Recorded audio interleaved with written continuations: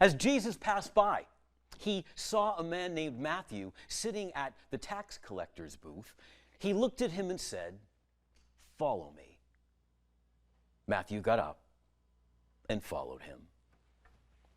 Greetings, everyone. Yesterday, in my parish, in parishes throughout the Archdiocese, and I'm willing to guess parishes throughout our country, we celebrated Catechetical Sunday, the opening to religious ed programs throughout the land. And the way we do it in my parish, there is a large gathering of all the students and their parents. So in the parish hall yesterday, we had, I'm going to guess, maybe 200 or 300 people, maybe 200 seats set up and 100 people milling around the back. There were three kind of introductions. Three people spoke. I spoke, the deacon spoke, and our religious ed director spoke. I spoke about the pastoral approach to our religious ed program. Our deacon spoke about an adult faith formation program that we are doing with the parents this year, so they have something to do while the kids are in class, so why not help them know Jesus a bit better? And then finally, the DRE took over, and she spoke about the importance of what they would be doing in class. Well, as I mentioned, there were lots of people there, and so, indeed, we broke up the meeting. I was down the back, and at the end of the meeting, one of the mothers came up to me and just whispered in my ear, "Father Dan, should we start breaking down the chairs?" Well, they were all folding chairs, and there were a couple of 100 folding chairs. And I looked at her and I said, "Jesu, thanks." She started with her kids. Another family noticed, another family noticed, another family noticed, and within 10 minutes, the entire parish hall was cleared of chairs. No one asked, no one made a request. One family saw another family, saw another family. That's the way Christianity works, my friends. That's the way grace works in us. In the gospel, we hear the story of Matthew, a tax collector, who I would imagine, like Zacchaeus, wasn't especially loved by too many people. The Jews probably didn't like him because he was taking their taxes. The Romans probably didn't trust him because he was a Jewish man. No one seemed to like Matthew, I'm willing to guess. Certainly in my guided meditation, my prayer last night, that's what I saw. A lot of chaos in Matthew's life. And in the midst of that chaos came Jesus, who called him, who nurtured him, who adopted him in so many ways as one of his own. Matthew went on to write one of the four Gospels through which Jesus calls us.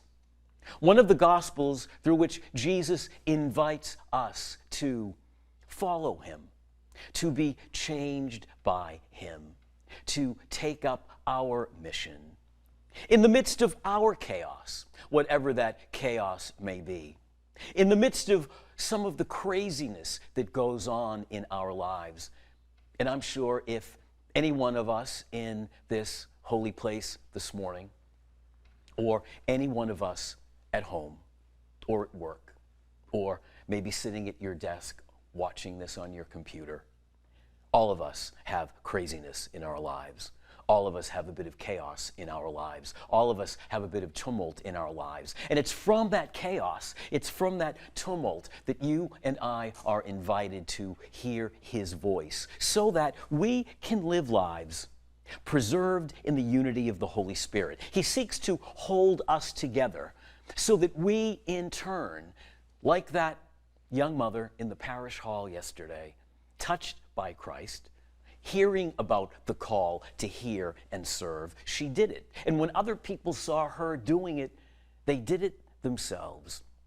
My friends, that's exactly what you and I are called to in the midst of the craziness and the chaos of our lives.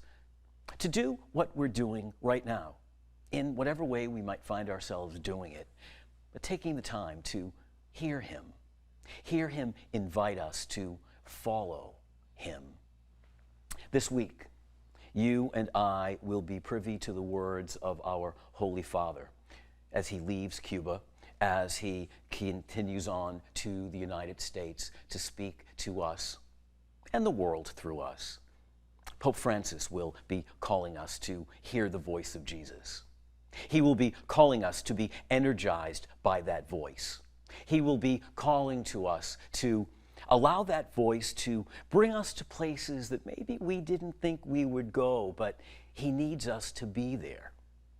The Holy Father will invite us to hear those words, "Follow me," so that we in turn can offer to the people of our world, in the midst of some of the craziness of our lives even, so that we can offer to others the security that we find in Jesus, the relationship that we have with Jesus, the healing, the compassion, the consolation that we have in Jesus. It's exactly what Paul was talking about in that letter to the Ephesians when he said, we're all called to do something. Some are called to preach. Some are called to pray. Some are called to act. Some are invited to look for peace and justice. Some are called to be the ones in their very own families to bring peace and justice. My friends, this week, if you and I take the time to make time for him, we will hear his voice in the same way that Matthew did. We will hear his voice call us to a deeper relationship with him so that we, in turn, can share and enjoy a deeper relationship with one another.